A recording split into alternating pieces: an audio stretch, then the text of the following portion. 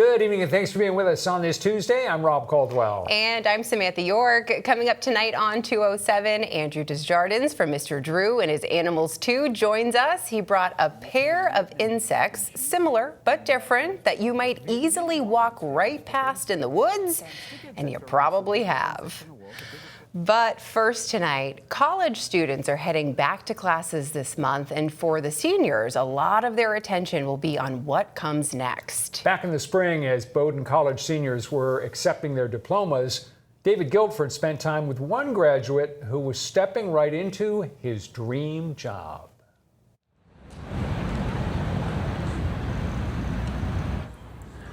Yeah, welcome to Lighthouse. The downstairs is a little grim, but... This is the beginning of a long day for Tyler Huck. Did you try it on yet? No. It's graduation day Moment of truth. at Bowdoin College, and the soccer house is full of seniors. Loki was fine. Getting help tying a tie Showtime. should be the most stressful thing on the agenda. After all, they've made it. Oh. Showtime. I heard the plan was like parts of 2. We made it. No. Have you guys seen Yeah, we gotta say hi to some people. Sorry, we gotta go say hi to some people. Tyler's parents, sister, twin brother, and grandparents flew in from across the country to cheer him on. Tyler Huck. Let's go, Tyler! And they have a lot to celebrate. Congratulations. Thank you. Tyler was a computer science major who's into coding. He was also a standout on the soccer team. Some service here into the box. He has Huck open, and he buries it to the bottom right corner. A first half hat trick. What more could a parent want on a day like this? What a day he has today lined up. I hope he gets rostered. First part of the day is done. It turns out Tyler's day was just beginning. He had a job to get to. Out of his cap and gown, into a jersey. How did the hearts happen? I basically reached out through a couple people, including my college coach, to see if I could get a tryout here. Back in January, Portland Hearts of Pine told Tyler he could try out. From winter to spring, he played, went back to class, and waited in between. What was that moment like for you when they offered you a contract? It was a pretty crazy feeling. Well, obviously it's something I had, dreamed about since I was a kid, and it was kind of, it was finally a reality. And then you score your first goal. Yeah.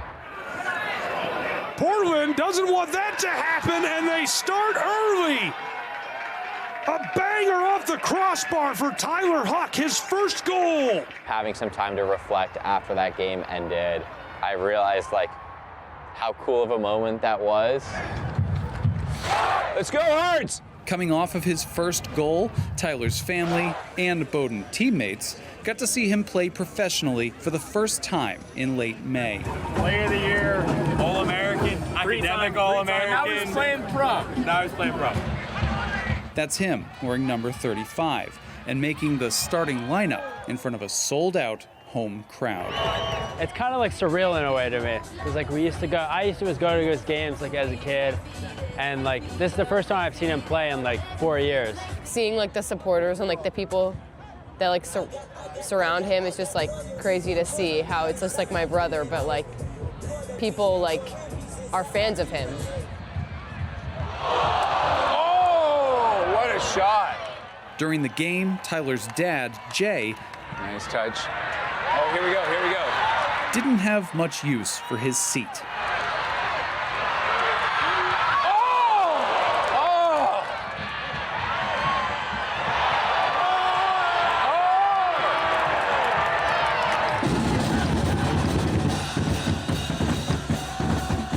I want to meet this woman who's got the megaphone. I mean, she is a machine. He's a teacher. She is a teacher?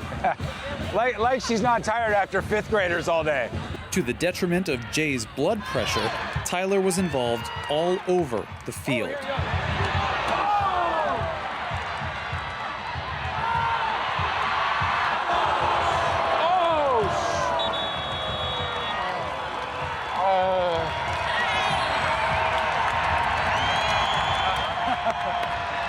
Late in the game, head coach Bobby Murphy subbed Tyler out for fresh legs. Multiple shots on goal and quality playing time, but no fairy tale ending. Just don't try to tell that to Mom. Huck, you played great. You played so good, right? I know. Oh, it was amazing. I mean, I just felt like he looked like he belonged out there. Like, I feel like he's still young and they're like so much more mature, but I just felt like he held his own. Yes, Tyler Huck belonged. The supporters even paid the ultimate compliment. That was pretty special. You know, never thought I'd hear someone singing my name in a song in a professional soccer game, but. So, where to now with the world at his feet? Back to work. He's a professional, after all. He has to earn his spot each week. And this newly adopted Mainer is in no rush for it to end. There's a lot to love about, this club and this place at this time of year, and I'm, really excited to get to experience that for as long as possible. Tyler's mom, Wendy, said, and this is a quote, "Maine people are the nicest people ever. The way they embrace Tyler and consider him their Bowdoin boy is so fun to watch." That will make a California mother feel better about leaving her son here to live out a dream. I love that story. And I love when he and David are just sitting and talking, and David mentions, and then you scored your first goal, and he just kind of gets this smirk like, yeah, I did that. Yeah, I love the way the whole community together. Obviously, Yes. his family is just thrilled to see this, but the way, his teammates showed up for that game. Yep. After a bunch of them had graduated hours before, probably had some other things that they could have been doing that evening. Holding the big heads. And all the other students and friends in the stands and so forth, and the woman with the megaphone, the whole thing. It's nice. Really special. Makes you feel good. And if you ever miss any of our stories on 207, you can catch all of our recent episodes at any time on our new Center Maine streaming app. You can download that for free and stream it on your TV. It's available on Roku, Amazon Fire, and Apple TV. Coming up next on 207, Mr. Drew joins us, and he brought a pair of turtles with him. He'll tell us why many think they're easy pets, but they may not be the best choice to bring into your home.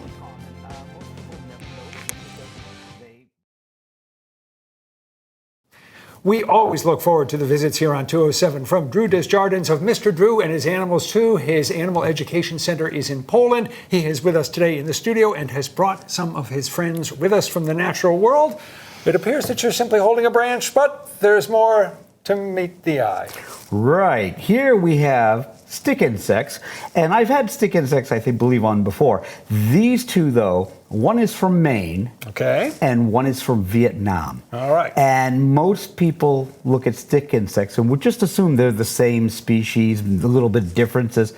But this is what we call convergent evolution, where nature says this design is perfect. Well, let me jump in, Drew, because I think our viewers are saying all I see are the sticks. I don't see the insect, so let me get one. The other one's coming on me, and the other one's avoiding me. One's running up my arm. Yeah. Let me put the stick down. That might help. Okay. There we go. So we have, there we go, two. Now the darker one, that's a Maine species, and it's called the northern walking stick. And this is a Vietnamese species, and that is called the Vietnamese walking stick or stick insect. And stick insects are amongst the biggest insects in the world, the biggest going from the tip of my finger past my elbow. Whoa! And that's just the body. That's not including the legs. And they just found one in New Zealand weighing 2.5 pounds. Oh, mercy. Wow. Now, ours are male and female, but the Vietnamese, this species here, is all females. It's called parthenogenic, and they self-reproduce. So we really don't want this species here in Maine because, again, it takes one to tango in their species, where the other species might need a mate to find. Where would you find the one in Maine? All over. They feed on oaks and briar bramble. They feed on roses. But the thing is, most people just walk right by them and never, ever see them. It looks like pine needles. Yeah, and that's the thing. I mean, this is the master of camouflage. These guys, like I said, you'll walk right by them. They stay perfectly still all day long, and they don't look. So when you got them, they just disappear right on a stick, and that's the thing. They just poop and they're gone. Okay. And if you're ever in a pinch, if you're in the Maine woods, this is a very important thing to know. If you need to clean your teeth, yes. These guys make great toothpicks. You know what? I think I'm going to keep them far away from my face, but that's just me. These are fascinating, Drew, because these creatures are from opposite sides of the world, and yet they basically look like twins. Right, and that's the thing. All stick insects all around the world look like stick insects because it's a perfect design. I'm just looking at it as a game. Like he's just got to go from one hand to the other. You're keeping him not as scary. occupied. Got it. Got it. What do those feed on? They are, get off of me. They're sticky. They feed off of leaves. They are primarily feeding off of different types of plant material depending on where they're from in the world. And this one just does not want to let go of me.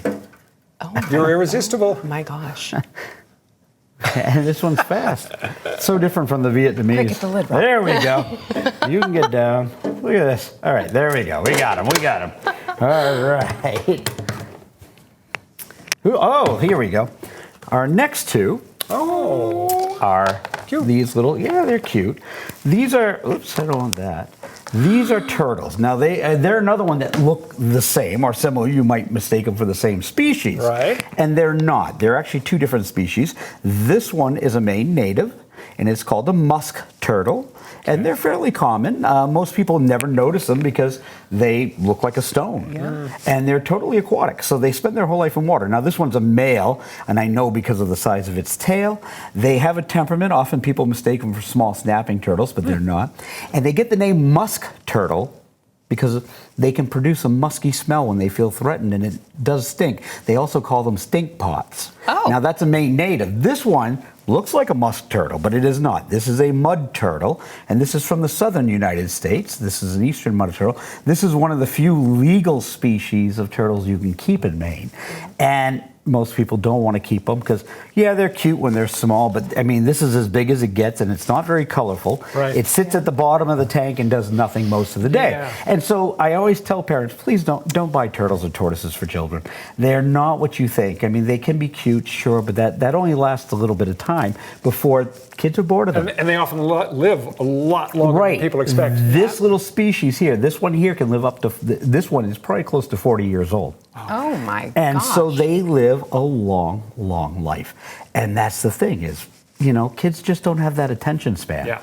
Not for something like this. And they're a lot more work than people realize. So, again, a Maine native. But the thing is, I always tell people, make sure you check with me because, again, most people wouldn't be able to tell the difference. And this one can be released back to the wild. This cannot be released in Maine. So we need to know these things before you release them, and I can help you with that. All right, we're out of time, so we got to leave it there. All right.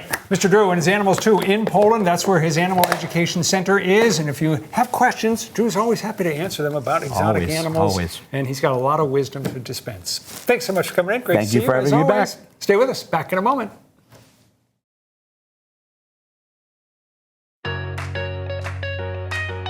Hey there, it's time for your weekly dose of Maine things to do. It's your chance to hear about all the fun happening around our state this week. People send me their events through our website, newcentermaine.com/Maine things to do, and then we do this. Ready, set, go. First on the list this week, we've got the Bark Bash 2026 in York. On Thursday, Friends of York Dog Park will be hosting the annual event at the Rough Kitchen and Bar. There will be live music, an auction, and raffle prizes. The event is from 6 to 9. I wonder if they have rooftop dining. We'll have to find out. The Blistered Fingers Family Bluegrass Music Festival is this Thursday through Sunday in Litchfield. The event brings together the very best in traditional bluegrass music, family fun, and more. This year's festival features an outstanding lineup of nationally recognized artists from across the country and some of the finest musicians New England has to offer. It's all happening at the Litchfield Fairgrounds. Just check out the flyer for all the details. All right, and this next event, we've got 3 words for you. Fair food. Wait, fair. 1, 2, oh, that was only 2 words. We're journalists, we don't math. Sorry about that. I hope other people laugh at us as hard as we laugh at ourselves. I don't think they do, but it's okay. The Windsor Fair. This Saturday marks opening day. You'll have 10 days to experience Maine's second largest agricultural fair. There are season passes available, which include all 10 days. Hours vary by day, and for more information and a full program, visit www.windsorfair.com. The 5th annual Seacoast Food Truck Festival is this Saturday and Sunday in Kittery. Get ready to tantalize your taste buds. Did I say that right? Oh, wonderful. I don't use that word often. And satisfy your cravings at the most exciting event of the season. It's all happening at the Old Navy lot at the Kittery Premium Outlets. There will be food, drinks, entertainment for the kids, and more. It costs $5 to get in. Kids under 14 get in for free, and a portion of the money raised will benefit the Kittery Youth Lacrosse Program. Just check out the flyer 4 times. And last but not least, there is also a beach blanket bunko party this Saturday in Windham. There will be light refreshments, prizes, and children are welcome to attend. The money raised will benefit the Royal River Chorus, which is Southern Maine's premier barbershop-style harmony chorus for women. The event is from 1 to 4. All right, so we have time for pretty good list. And that is Maine things to do this week. As always, if you know of an event or happening in your hometown or community, send it my way. Send it through our website, newscentermaine.com/Maine things to do. Try to give me at least a week's notice, although a 2 weeks notice would be better. I'm Samantha York, and remember, if you are bored in Maine, we are in the heart of fair season, people. Go eat something greasy and fried.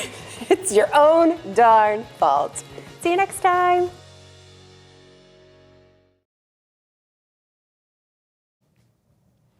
Coming up tomorrow on 207, there was a state championship over the weekend, and it brought out some of the best bakers in the Maine food scene. The state cake decorating championships took place over the historic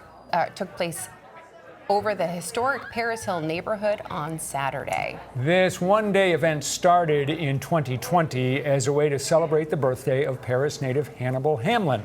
And so the community is treated to gravity-defying desserts worthy of Maine's highest ever elected official.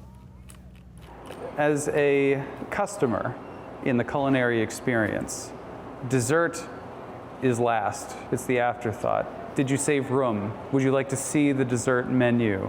You know, the old adage, there's always room for Jell-O. I mean, almost everybody always has room for a bite of sweet, whether it's a 5-pound piece of cheesecake or a multi-layer chocolate cake or whatever. There's always room for a little sweet and some coffee. David Guilford meets the talent and the judges who scrutinize every crumb at this event. That's coming up tomorrow on 207. And I think I have a bone to pick with David. He called dessert an afterthought? No. Not for some of us. Wrong. Thanks for being with us tonight. We'll see you back here tomorrow.